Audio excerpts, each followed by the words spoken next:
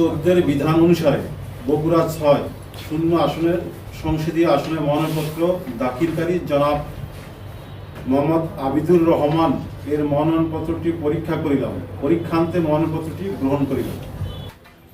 এই পর্যায়ে আমরা আমাদের পক্ষ থেকে কোনো প্রকার আমরা যে গণপ্রতিনিধিত্ব আদেশ 1972-এর অনুচ্ছেদ 14 বিধান অনুসারে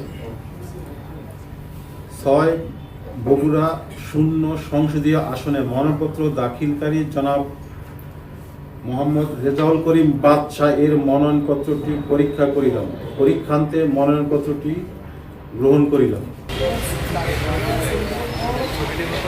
সংসদ নির্বাচনের দাখিলকারীদের যাচাই বাছাই ছিল। সেই যাচাই বাছাইয়ে আমরা 3 জন দাখিল করেছিল এই সংসদ নির্বাচন বগুড়া 6। এই নির্বাচনটা আপনারা জানেন যে 9 এপ্রিল অনুষ্ঠিত হবে। যাচাই বাছাইয়ে 3 জন যে দাখিল করেছিল, 3 জনের মধ্যে বাংলাদেশ জাতীয়তাবাদী দলের একজন, বাংলাদেশ জামাতি ইসলামী দলের একজন, বাংলাদেশ ডেভেলপমেন্ট পার্টির দলের একজন, এবং 3 জনের মনোনয়নপত্রের যাচাই বাছাই অন্তে আমরা গ্রহণ করেছি, মানে বৈধ ঘোষণা করেছি।